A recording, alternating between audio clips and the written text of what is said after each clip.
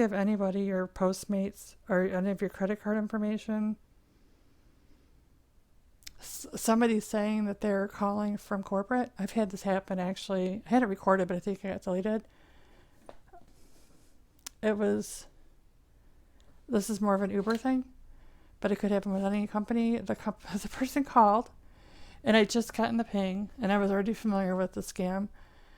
They called and said, well, I need your account information so I can log in and verify your checking account with you. So they wanted me to give them my email, which I only use for my gig economy jobs. I recommend that. One email. Use other emails for everything else. Use one email only for your gig economy jobs. Use nothing else for it. And that way you know that you've not been compromised and you've not been hacked. So I wanted to clarify something. It is important to put money aside every week to pay your taxes. And then obviously you pay them quarterly or at the end of the year. Gig economy, especially delivery, is really hard to make enough money to pay taxes. But for those of us that do work more hours and understand the gig, we end up paying taxes. So please put money aside. Be proactive. If you file quarterly or yearly, just don't be surprised because they do want to get paid the money. It's not a joke. Pay taxes through Postmates, highly unlikely. Keep your receipts for your gas and your car-related expenses and gig economy expenses. I use QuickBooks Self-Employed. Put all my receipt information in there. It goes through my checking account, my credit cards. It separates everything, categorizes them. It takes me about 30 minutes to do my taxes, and I itemize. Everybody else is driving, is sitting at 6 o'clock waiting for the dinner rush, and it's not busy. Try to think of another time that's busy that everybody's not waiting. Because your best bet to make money is to find your niche. You know, like someplace that you know you can park, other people don't know. So that's what I did in Royal Oak. I had a couple little spots. I talked to some owners, made arrangements so I could park there. And then that way when I went into the orders, I could go park there. Otherwise, you can't park anywhere or you have to pay for a meter. But I went through, talked, had written permission, had a copy of it, so I wouldn't get a ticket. And if you're only there for a couple minutes, you know, I'm not parked. I'm not going to park my car and go out. It's not that kind of situation.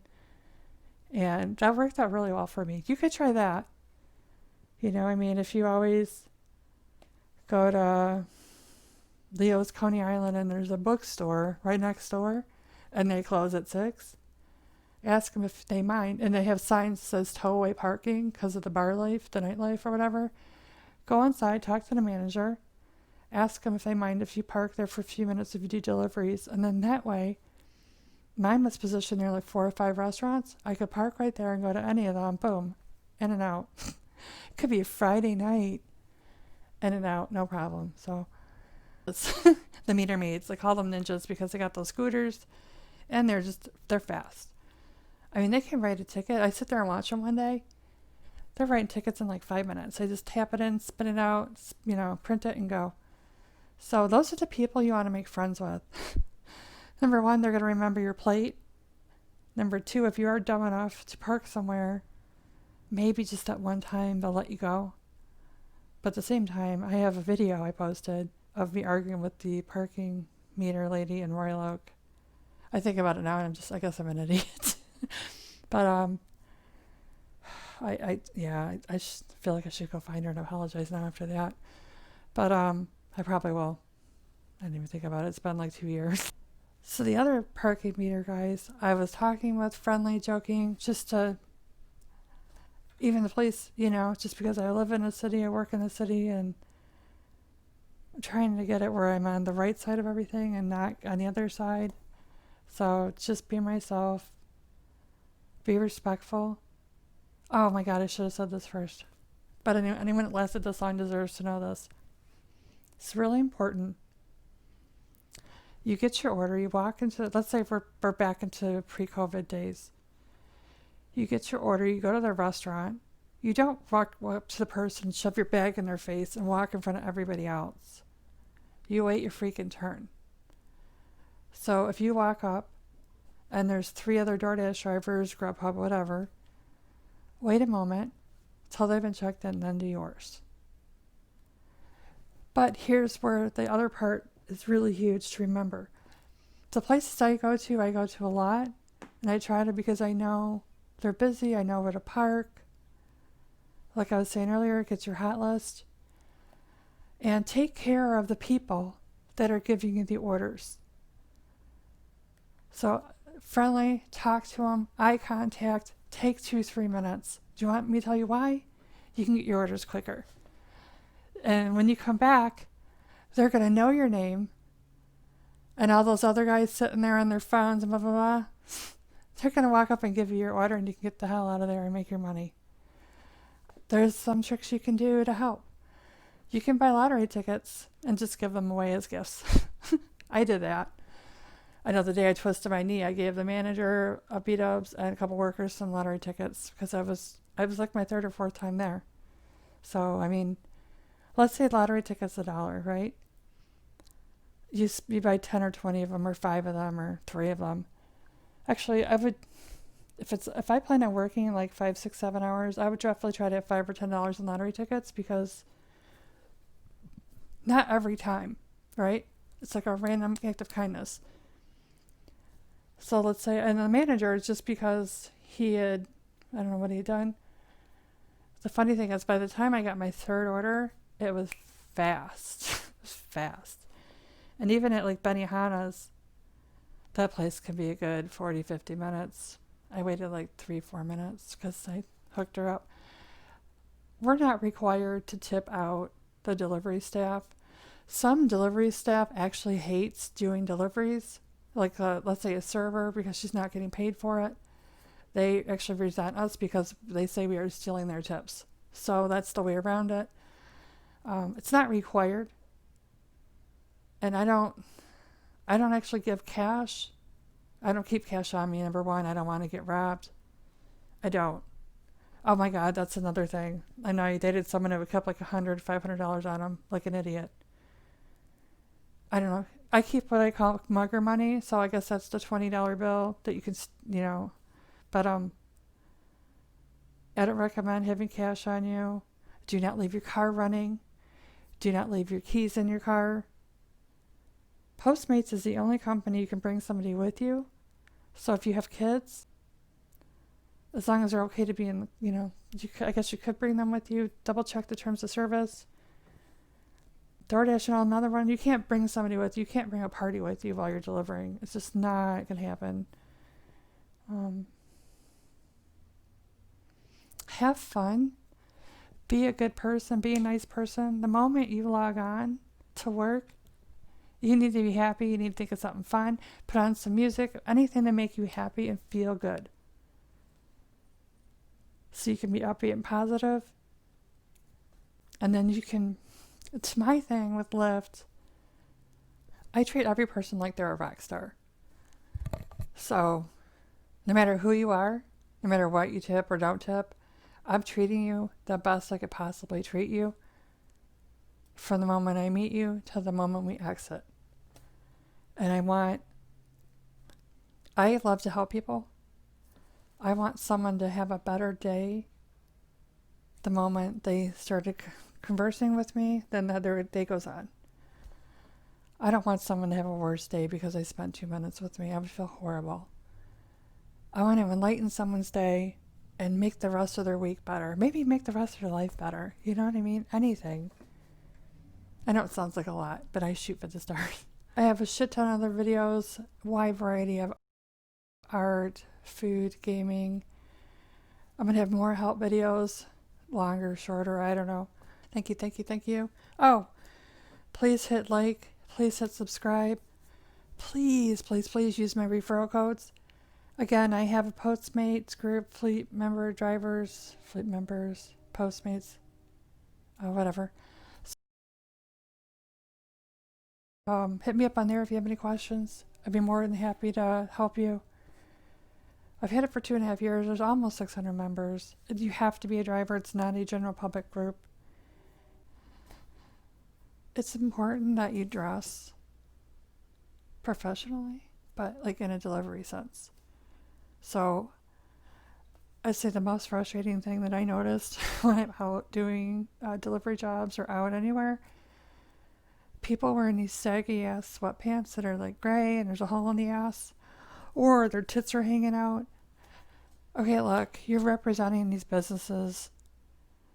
You want people to give you a tip? Then you need to earn it. And not just delivery, you need to look professional. So maybe take a shower, cologne, perfume, clean clothes, no holes on your clothes. If you have such an attitude that this job sucks so bad, I'm not going to do it, then don't do it. Stay home. Somebody else will do the job and make the money. If you want to do this job, just because you don't go to an office and have someone say, hey, you know what, you need to leave and put something else on, doesn't mean you don't have enough brains to do it yourself. Wear stuff that would be considered professional. In the summer, obviously, a professional looking shorts, just some kind of black.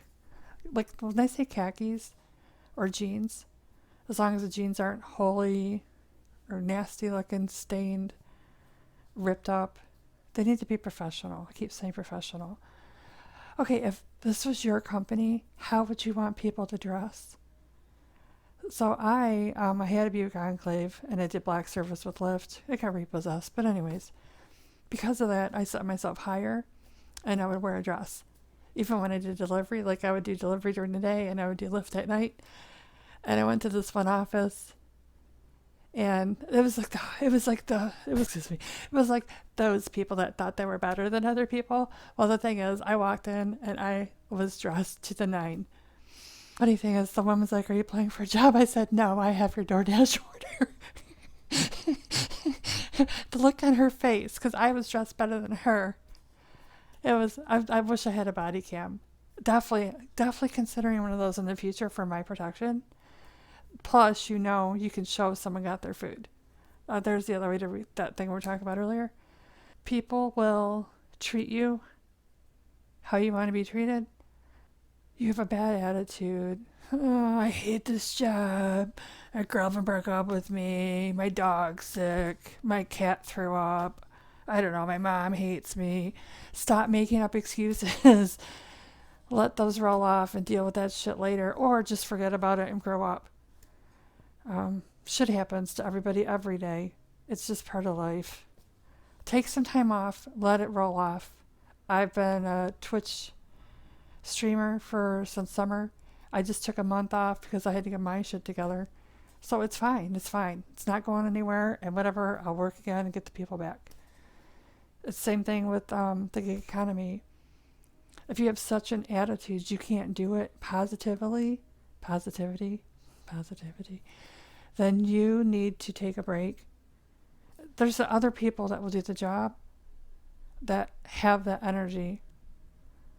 And when I'm out there doing the gig economy, I talk to the other drivers because I want to know what's going on in their heads. At the beginning, it's like, have you ever heard of Postmates? Nobody had. Now everybody has. So it's you got to feel your market. What we were talking about earlier about the restaurants. Be respectful of their property. I use the bathroom not every time, especially if you're doing a lot of deliveries, but I myself do use the bathroom at the restaurants. I know we're in the COVID world right now and it's a whole different story.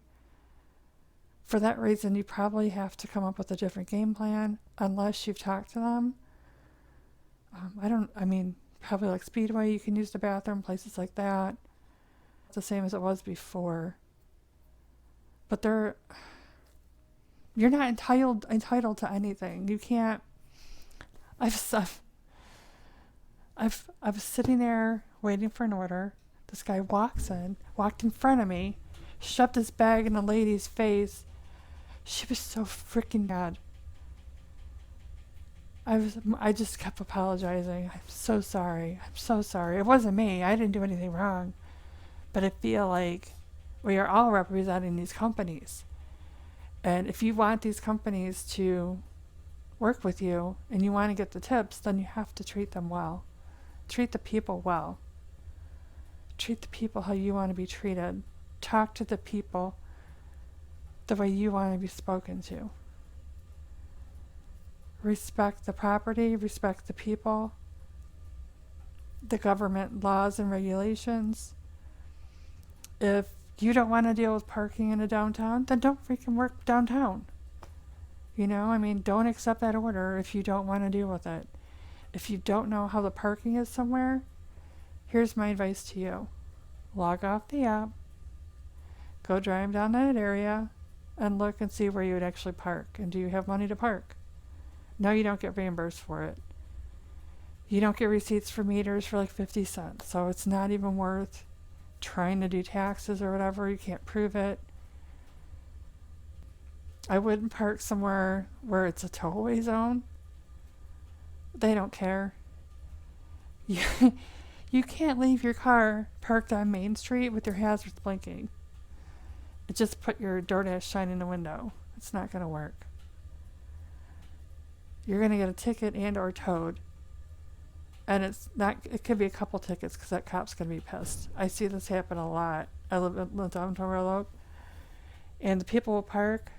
Like, let's say the parking spots are taken. They'll park in Main Street on the actual road. Leave their car there. Go inside and get an order.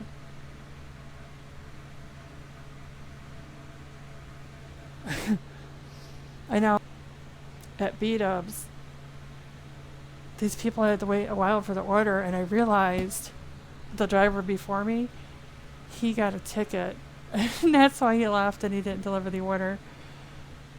Because the cops are very diligent in an area where he stopped to park. And they're all over it. You can wait there for 3, 4, 5 minutes. In that situation, even if you're sitting in your car, if they want to give you a ticket, they're going to give you a ticket. They don't care. Trust me, they don't care. Like I said, you can ask them, is this a safe place to park? You leave and they give you a ticket. That happened to us in Toronto. Thank you. Thank you. Thank you. Thank you.